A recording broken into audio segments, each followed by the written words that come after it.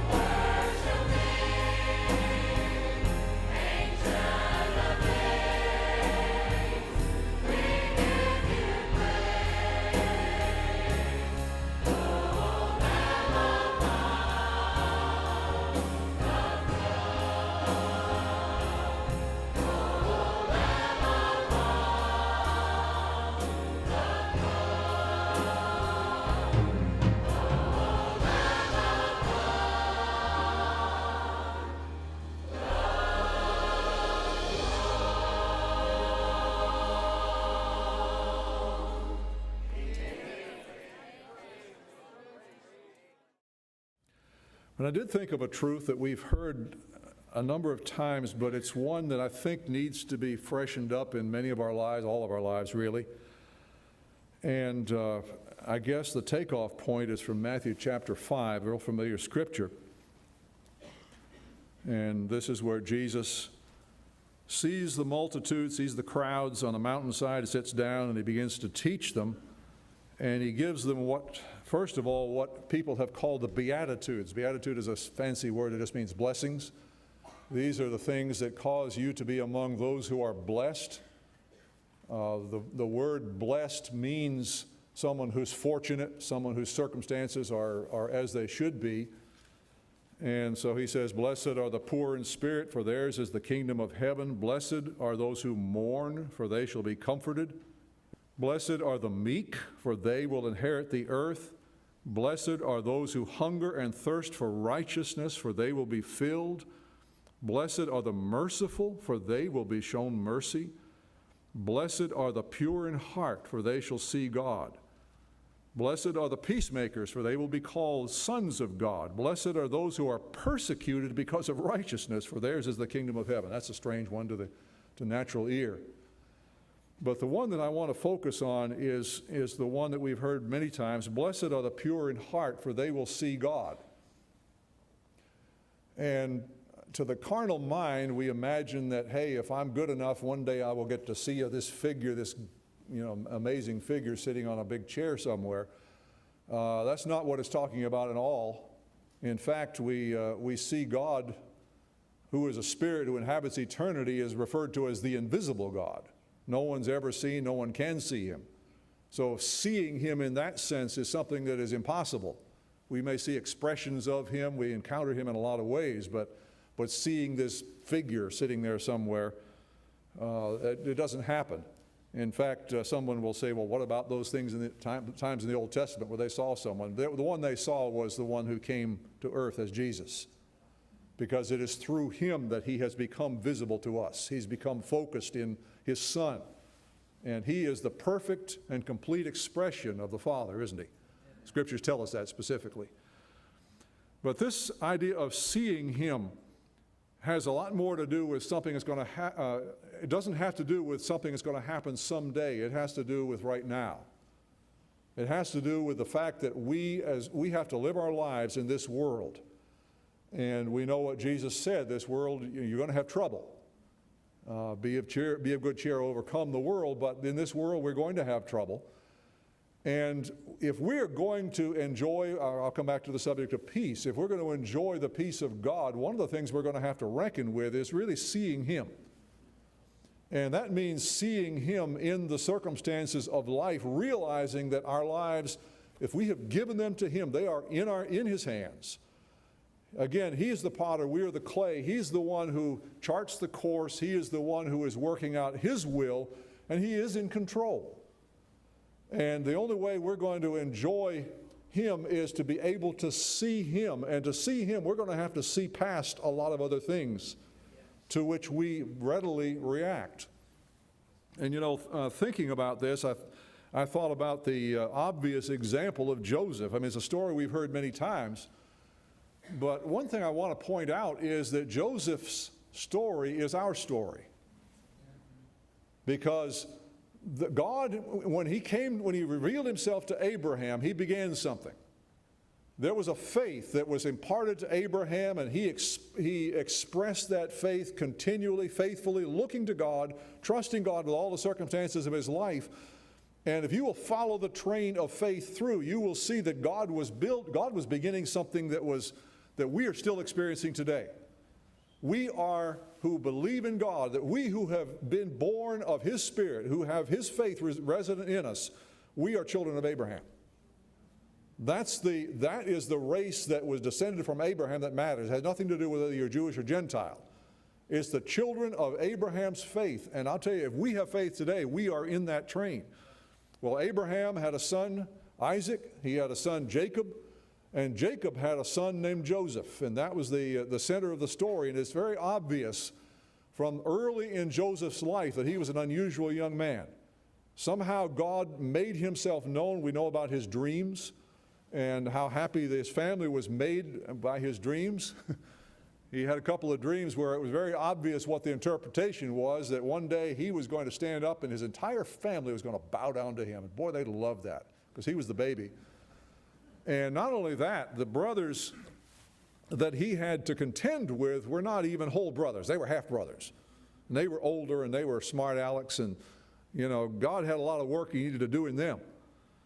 And so it's really amazing and interesting. If we could stand back and see from the point of history, we see the hand of God moving the pieces almost like a chessboard. And we see the amazing purposes of God. We see his heart worked out. But Joseph was in the middle of it. And he was buried in a lot of circumstances that he would not have chosen. He could not imagine that the pathway that led him to the vision that God had given him was going to take the course that it did. And do you remember how the fact that he was his father's favorite gave him this special coat? And he had those dreams. Boy, his brothers just really hated him. And obviously, as I say, they were in a spiritual condition where they needed a lot of help. And so God had that in mind. I mean, you follow the story through, you will see that God just didn't have Joseph in mind. He had them in mind. He was doing a work in them. But to set all that up, he put it into their hearts to, first of all, they were going to kill him. And I said, we're going to throw him in, we're going to kill him, we're going to put his body in this deep pit, and we're just going to pretend that something terrible happened to him, but then we're going to see what happens to his dreams. But God had his hand on that situation. In the middle of that seemingly impossible situation, he put it in the heart of Reuben, the oldest brother, let's not kill him. And Reuben was no prize. If you follow his life, you'll discover that he was no spiritual prize. But somehow God was able to put it in his heart to do what God wanted him to do. Do you know that the heart of the king is in the Lord's hands? Do you know if God allows things to happen, it's because it's not things that are out of his hands. God is not a bystander watching the world go by and just sticking his nose in here and there, trying to fix this and trying to fix that. God is orchestrating in spite of what he allows wicked men and devils to do. God is the orchestrator and the planner of something that is eternal. And boy, he allows us to participate in that. And oh, what a blessing it is to be able to see him and not to just, react like we do. So anyway, he's sent out to find his brothers and to bring back word, take supplies to them. They're off keeping sheep in another part of the country. And so they see him coming. They hatch this plot. And Reuben intervenes and said, no, just put him in a pit. And what was in Reuben's mind was, I'll come back later, I'll get him out, I'll send him back to his father, safe. I don't want his blood on my hands.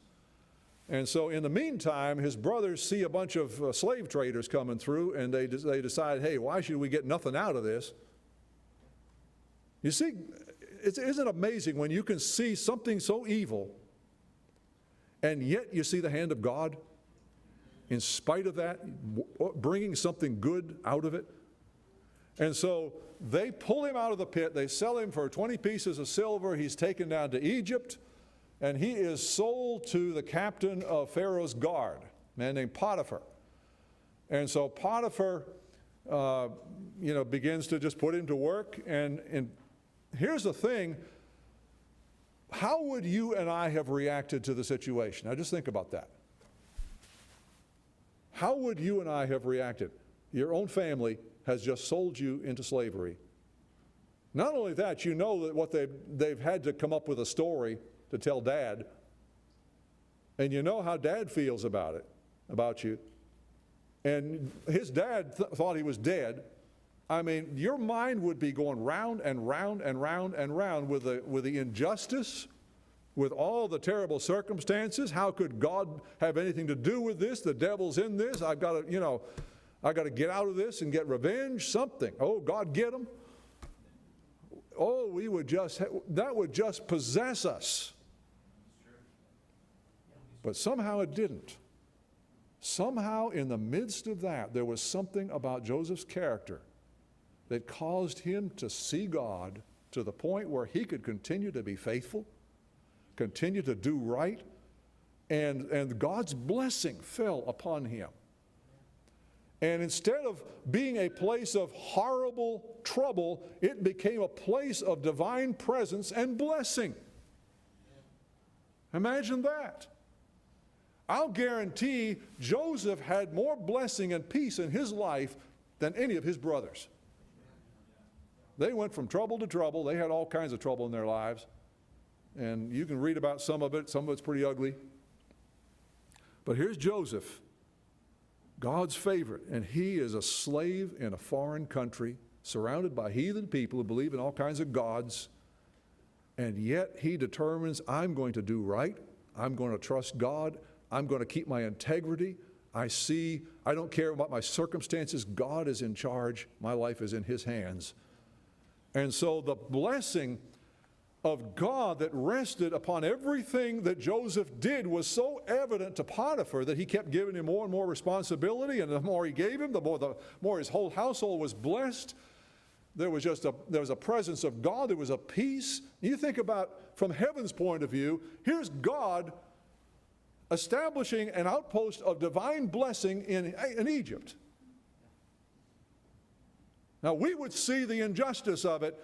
God saw an opportunity to express his heart to people that would never have known anything about him. And there he is. And so in the process of time, we see how God blessed him to the point where Potiphar put everything in his hand and said, Joseph, you're in charge. You got the rule. All I'm going to worry about is what I'm eating. You have charge of everything else. You just take care of all my business. I'm just going to come home and eat and enjoy my life. You're in charge. And of course, then the devil hatched a plot, as he often does. And so his wife starts looking at Joseph, because he was one handsome hunk. I mean, that's modern language, but that's what the scripture said. He was well built, good looking. He was just everything a lustful young woman would want. And so she began to press him in the wrong way, and he resisted until one day the circumstances were such they were alone in the house, and he ran out, she cried rape, and she was believed, and he wound up in prison. So here's a man who is determined to serve God, determined to keep his integrity. I mean, who would have known of his family if he'd said, okay, God owes me something here. He did all this to me. I'm going to get something out of this. No, he kept his integrity. God help us. God help us to have that kind of a heart. But here's the poster child for someone who learned how to see God. And I'll guarantee you, he was as human as we are. I'll guarantee you all the negative thoughts that you and I would think went through his mind at one point or another, but they did not come to control him. He had a heart that said, God, I'm going to serve you. And his reward was to be falsely accused and thrown into prison. And we're told in the Psalms that he was hurt with fetters. I'm sure that somebody was accused of what he was accused of. It was not a pleasant place to be. They didn't put him in there with a TV or the equivalent of whatever they had in the day. It wasn't a country club with bars. This was a prison. This was a bad place to be. So once again, we see a man having an opportunity to make some choices. What am I going to do with this? Here I was serving God, and God was seeming to bless me, and now look what it's got me. Religion in our day is full of a blessings gospel. But what they mean by blessing is earthly happiness. It's earthly blessings. It's what men value. It's the same things that men of the world value, except now we put a religious veneer over it. It is a false gospel. God can bless his people if that suits his purpose. He did it with Abraham. But his purpose in this instance was served by allowing his servant to be in prison.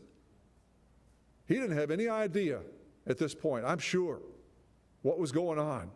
But somehow that faith that God was God, that God was orchestrating events, somehow he kept his integrity. I wonder if there's any one of us that would have reacted the same way. Think about it. Man, we need grace. Here we are. We've got a whole history of Scripture to look at, and yet how we react to every little thing. As though, God, where are you? Why did you do this? I don't deserve this. Something's wrong, or I'm getting what I deserve. I mean, it could be 1,001 reasons. Instead of seeing the loving, merciful hand of God doing something that is necessary for His purpose in our lives. I'll tell you, there's a blessing, there's a rest that comes from just recognizing the hand of God and saying, God, you're still God, and I want to worship you, and I'm going to trust you. Just what Job, I believe, said, though he slay me, yet will I trust him.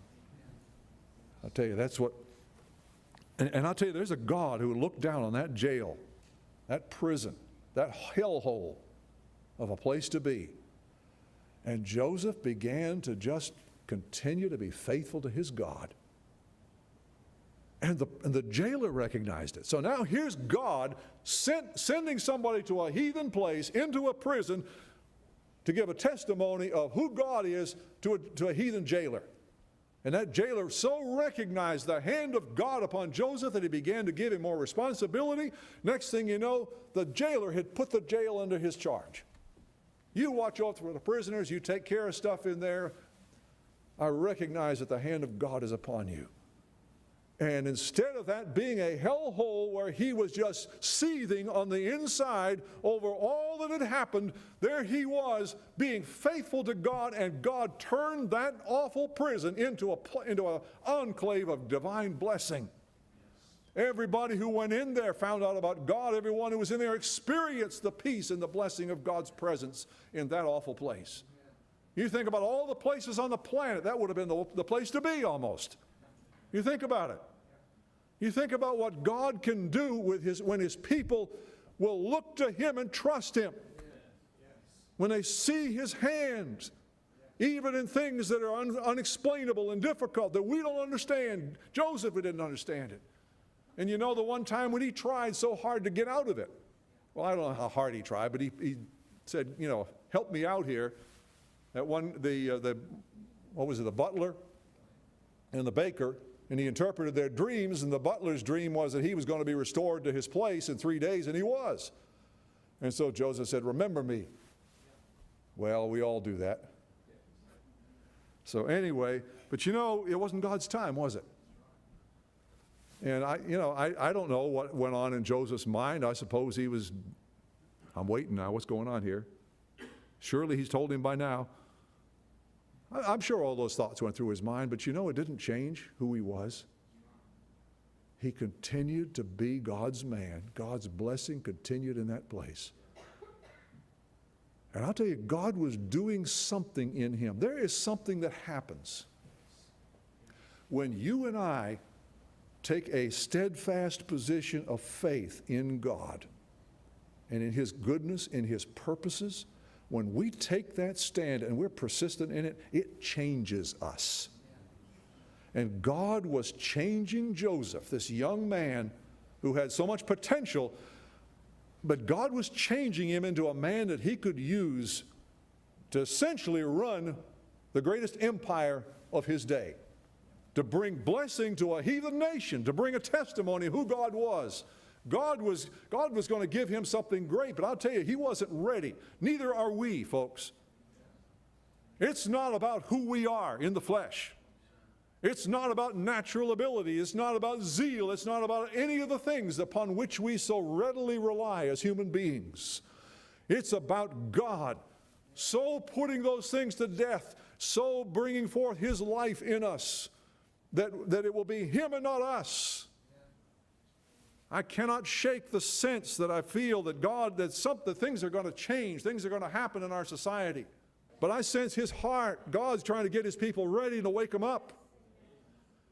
He's trying to get us ready to be His hand extended to this world. If we are so wrapped up in our circumstances and all the things that drive us and keep us in prison that we can't do that, then what good are we? I'll tell you, these things are going to become real. These principles, these truths are going to become real. We're going to have to see God. in all kinds of circumstances and say, God, I know you're in charge. This is not the way I would choose. But I know you love me, and I know you're doing something that is not just about here. It's about here. It's about my living for you while I'm here, but it's also about eternity. All of that is in God's heart and God's mind. Oh, what are we living for? God help us.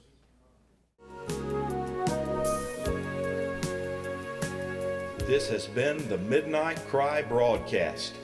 If you would like a DVD or a CD of today's message in its entirety, please request it by program number. DVDs are $10 and CDs are $5. And for those who request it, we will send you our quarterly publication, The Midnight Cry Messenger, free and postage paid. Send your request to Midnight Cry Ministries, Post Office Box 685, Southern Pines, North Carolina, 28388. We invite you to join us again next week at this same time, and may God richly bless you until then.